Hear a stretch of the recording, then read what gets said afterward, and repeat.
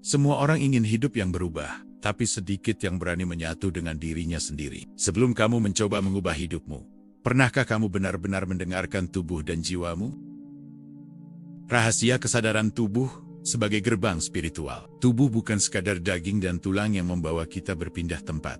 Tubuh adalah bahasa pertama jiwa. Setiap rasa lelah, nyeri, tegang, atau nyaman adalah pesan yang dikirimkan sebelum pikiran sempat memberi nama pada perasaan itu. Sayangnya, kita diajarkan untuk mengabaikan bahasa ini sejak kecil. Kita diajarkan untuk terus bergerak meski tubuh meminta berhenti.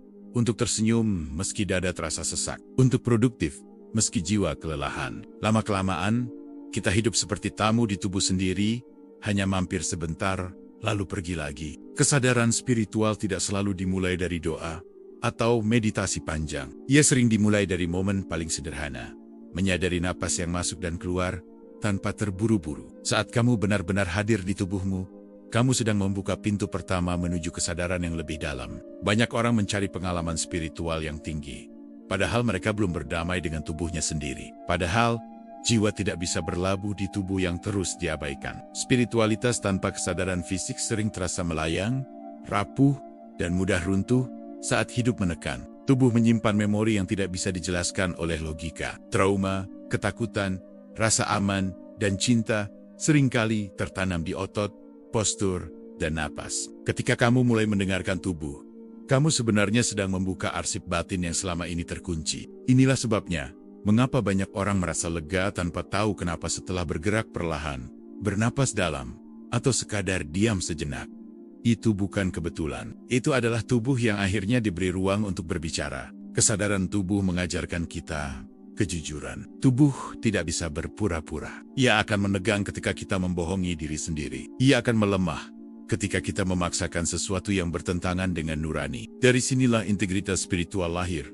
Bukan dari kata-kata, tetapi dari kepekaan. Ketika kamu mulai menghormati batas tubuhmu, kamu juga belajar menghormati batas jiwamu. Kamu tidak lagi mudah terbakar ambisi. Tidak lagi mudah terseret emosi orang lain. Ada pusat yang stabil di dalam dirimu. Tubuh yang disadari menjadi jangkar. Ia menahanmu agar tidak hanyut oleh masa lalu atau cemas berlebihan tentang masa depan. Ia mengingatkanmu bahwa hidup hanya terjadi di saat ini.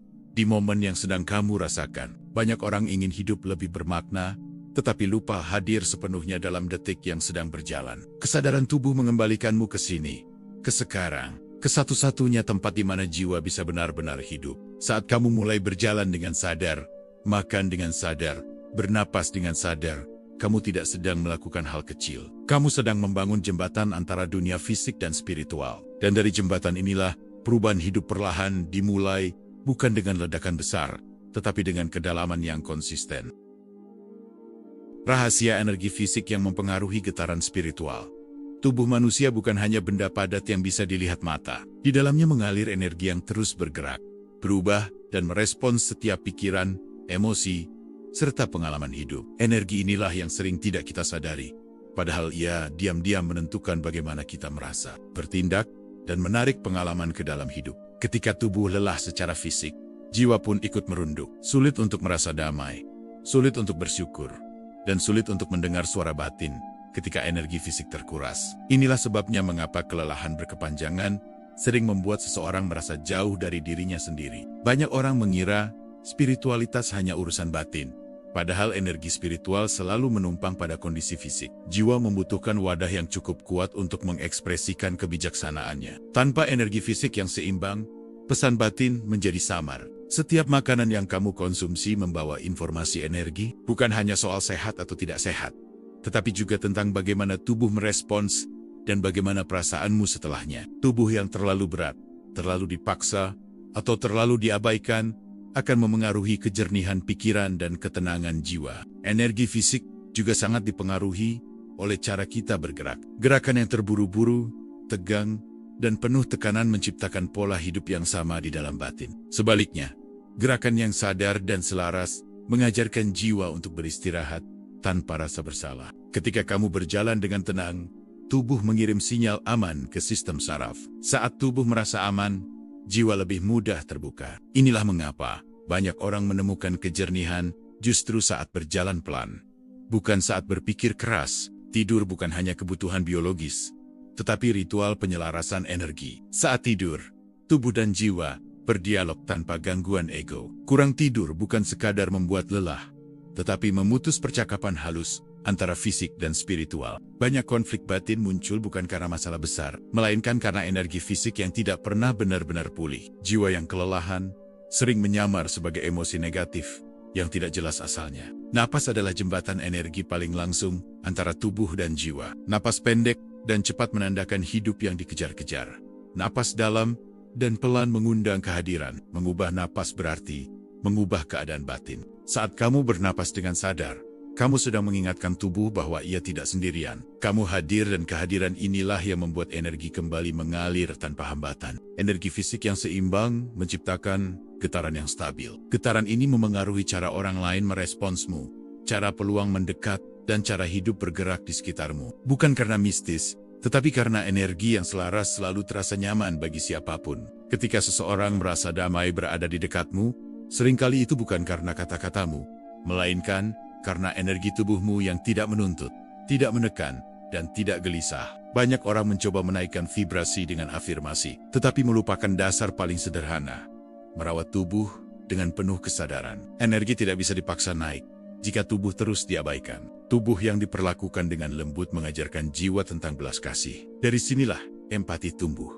bukan dari ceramah panjang, tetapi dari pengalaman langsung merawat diri. Energi fisik juga menyimpan emosi yang belum terselesaikan, ketegangan di bahu, dada yang berat, atau perut yang sering tidak nyaman, seringkali adalah emosi lama yang belum diberi ruang untuk dilepaskan. Saat kamu memberi waktu untuk tubuh beristirahat, kamu sebenarnya sedang memberi izin pada jiwa untuk bernapas lega. Banyak penyembuhan terjadi bukan saat kita berusaha keras, tetapi saat kita berhenti melawan. Energi yang mengalir bebas membuat intuisi lebih tajam. Kamu lebih peka membaca situasi, lebih tenang mengambil keputusan, dan lebih jujur pada diri sendiri. Dalam kondisi energi yang seimbang, hidup terasa tidak terlalu berat, meski masalah tetap ada. Kamu tidak kebal dari kesulitan, tetapi kamu tidak lagi tenggelam di dalamnya. Tubuh yang kuat secara energi bukan berarti selalu aktif, tetapi tahu kapan harus bergerak dan kapan harus diam. Kebijaksanaan ini adalah tanda kedewasaan spiritual.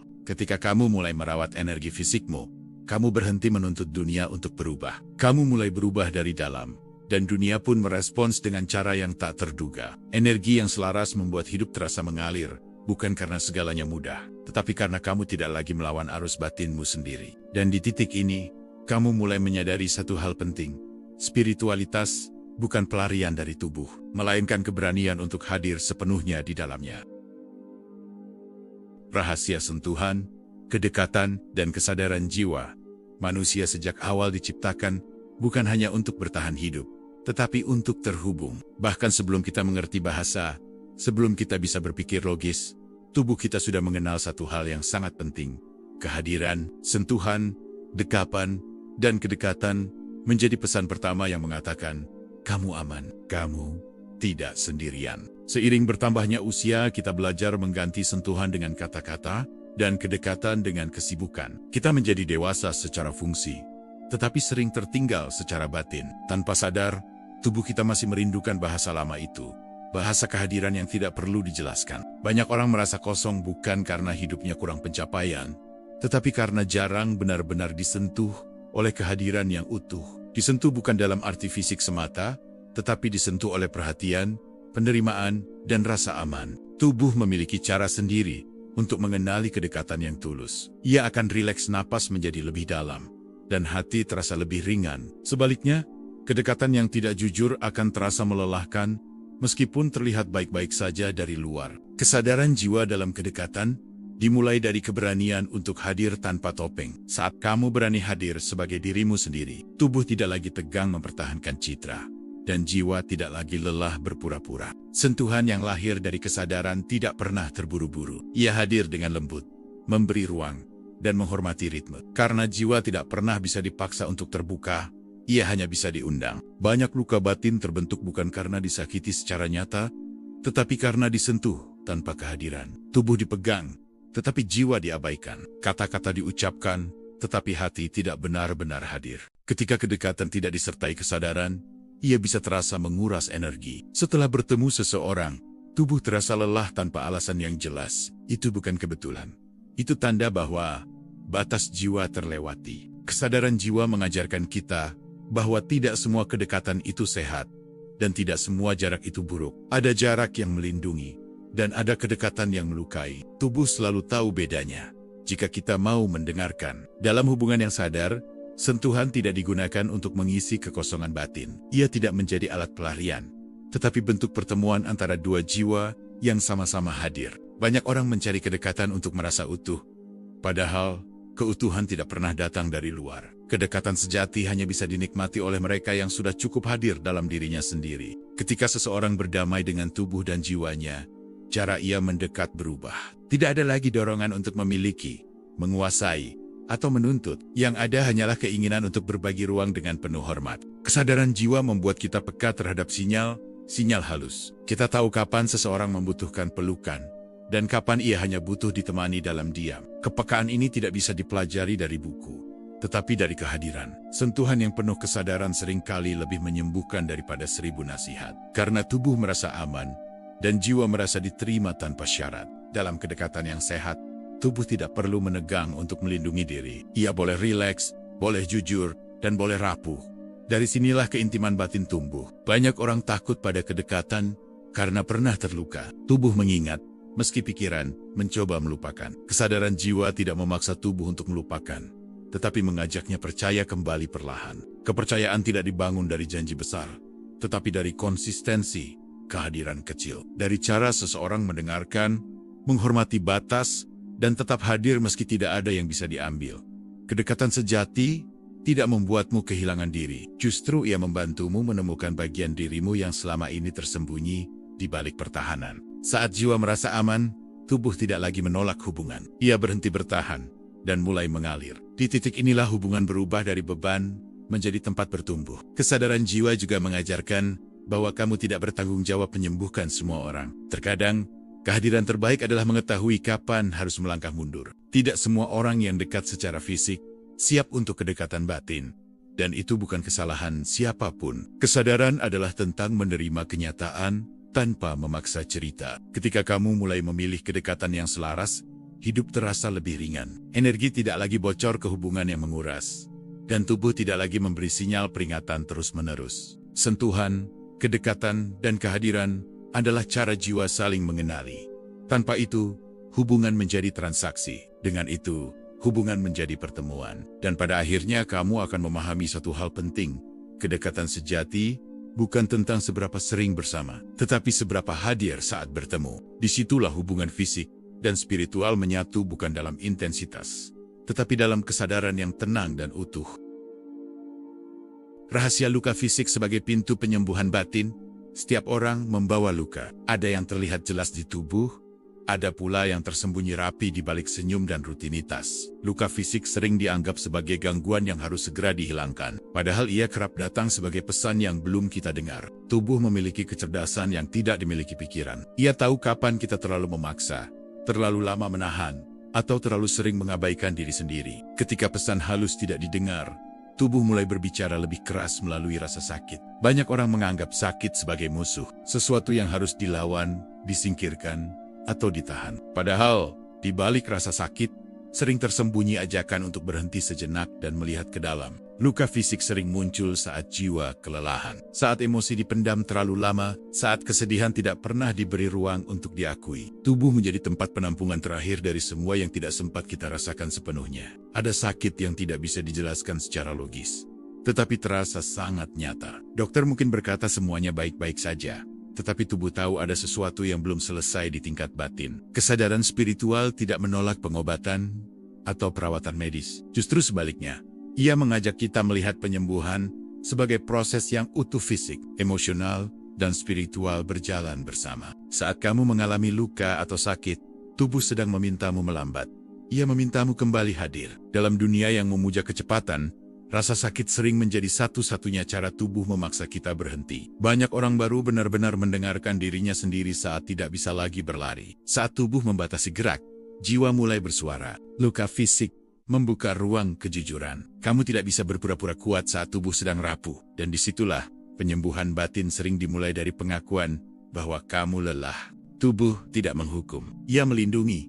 Ia memberi tanda agar kamu tidak terus melukai diri sendiri dengan pola yang sama. Rasa sakit mengajarkan batas. Ia menunjukkan bahwa kamu bukan mesin, bahwa kamu punya kapasitas, dan melewatinya terus-menerus akan ada konsekuensinya. Dalam kesadaran jiwa, luka bukan kutukan, melainkan undangan. Undangan untuk berdamai dengan bagian diri yang selama ini kamu tekan, abaikan, atau tolak. Banyak orang sembuh secara fisik, tetapi tetap sakit secara batin, karena pesan di balik luka tidak pernah didengar. Tubuh mungkin pulih, tetapi pola hidup tetap sama. Ketika kamu bertanya pada dirimu sendiri, apa yang ingin diajarkan tubuhku? Kamu sedang membuka pintu penyembuhan yang lebih dalam. Ada luka yang mengajarkan kita tentang melepaskan. Ada yang mengajarkan tentang menerima bantuan. Ada pula yang mengajarkan tentang mencintai diri sendiri tanpa syarat. Kesadaran spiritual tidak menuntut kita menikmati rasa sakit, tetapi mengajak kita untuk tidak membencinya. Karena perlawanan yang berlebihan justru sering memperpanjang penderitaan. Saat kamu memperlakukan tubuh dengan kelembutan di masa sakit, jiwa belajar tentang kasih sayang yang nyata, bukan konsep. Banyak transformasi hidup besar lahir dari masa-masa rapuh. Dari titik terendah, manusia sering menemukan arah baru yang lebih jujur. Luka mengingatkan kita bahwa hidup bukan hanya tentang melakukan, tetapi juga tentang merasakan. Bukan hanya tentang mencapai, tetapi tentang hadir. Dalam keheningan saat sakit, ego melemah. Dan ketika ego melemah, kebenaran batin lebih mudah terdengar. Kesadaran jiwa membuat kita memahami bahwa penyembuhan bukan selalu kembali seperti semula, tetapi menjadi versi diri yang lebih selaras. Ada luka yang menutup pintu lama, agar pintu baru bisa terbuka. Ada rasa sakit yang menghentikan jalan lama, agar kita berani memilih arah lain. Tubuh dan jiwa selalu bekerja sama, meski kita sering lupa mendengarkannya. Luka adalah salah satu cara mereka berkomunikasi. Ketika kamu berhenti memusuhi tubuhmu, penyembuhan bergerak lebih lembut dan lebih dalam. Dan di titik ini, kamu mulai menyadari bahwa luka fisik bukan akhir dari perjalanan, tetapi bagian dari proses pulang ke diri sendiri. Rahasia penyatuan tubuh dan jiwa untuk hidup yang utuh. Pada akhirnya, hidup bukan tentang menjadi sempurna, tetapi tentang menjadi utuh. Keutuhan terjadi ketika tubuh dan jiwa berhenti saling meninggalkan. Ketika keduanya berjalan berdampingan, saling mendengar, dan saling menjaga. Banyak orang hidup terbelah tanpa sadar. Tubuh melakukan sesuatu yang tidak diinginkan jiwa. Jiwa menginginkan sesuatu yang tidak diberi ruang oleh tubuh. Dari perpecahan inilah kelelahan hidup lahir. Penyatuan tubuh dan jiwa bukan peristiwa besar yang dramatis. Ia adalah praktik kecil yang dilakukan setiap hari. Cara kamu bangun pagi, cara kamu bernapas, cara kamu memperlakukan dirimu saat lelah, semua itu adalah ritual penyatuan. Ketika tubuh dan jiwa selaras, kamu tidak lagi hidup dalam konflik batin yang terus-menerus. Keputusan terasa lebih jujur. Langkah terasa lebih ringan. Hidup tidak selalu mudah, tetapi terasa benar. Keutuhan tidak membuatmu kebal dari luka, tetapi membuatmu tidak lagi takut padanya. Kamu tahu bahwa apapun yang datang bisa dihadapi, karena kamu hadir sepenuhnya di dalam dirimu. Tubuh yang disadari menjadi rumah yang nyaman bagi jiwa. Jiwa yang hadir memberi makna pada setiap gerak tubuh. Keduanya saling menguatkan. Dalam keadaan ini, kamu tidak lagi mengejar hidup. Kamu mengizinkan hidup mendekat. Kamu berhenti memaksa arah dan mulai mendengarkan arus. Banyak hal yang dulu terasa berat, kini terasa sederhana. Bukan karena masalah hilang, tetapi karena kamu tidak lagi melawannya dari tempat yang terpecah. Penyatuan ini membuatmu lebih peka terhadap diri sendiri. Kamu tahu kapan harus bergerak, dan kapan harus berhenti, kapan harus berbicara, dan kapan diam lebih bijaksana. Tubuh memberi sinyal sebelum kamu jatuh terlalu jauh. Jiwa memberi bisikan sebelum kamu salah arah, dan kamu belajar mempercayai keduanya. Keutuhan membuatmu tidak lagi mencari validasi berlebihan dari luar. Kamu merasa cukup di dalam, sehingga dunia tidak lagi terasa mengancam. Dalam hubungan kamu hadir tanpa kehilangan diri. Dalam kesendirian, kamu tidak merasa kosong, karena keutuhan tidak tergantung pada keadaan luar. Kamu mulai hidup dengan ritme yang lebih manusiawi. Tidak selalu cepat, tidak selalu lambat, tetapi selaras. Penyatuan tubuh dan jiwa mengubah cara kamu memandang waktu. Kamu tidak lagi tergesa mengejar masa depan, atau terjebak di masa lalu. Kamu tinggal di saat ini dengan lebih utuh. Di titik ini, spiritualitas tidak lagi terasa jauh atau rumit. Ia hadir dalam hal paling sederhana, menyadari napas, merasakan tubuh, dan jujur pada perasaan. Keutuhan juga mengajarkan kerendahan hati. Kamu sadar bahwa kamu tidak harus selalu kuat. Rapuh pun bagian dari keutuhan. Saat tubuh lelah, Jiwa tidak menghakimi. Saat jiwa sedih, tubuh tidak dipaksa. Ada kerjasama yang lembut di dalam dirimu. Hidup yang utuh tidak selalu terlihat spektakuler dari luar. Tetapi dari dalam, ia terasa damai. Kamu tidak lagi hidup untuk membuktikan apapun. Kamu hidup untuk mengalami, merasakan, dan hadir. Penyatuan ini membuatmu lebih berani menjadi dirimu sendiri.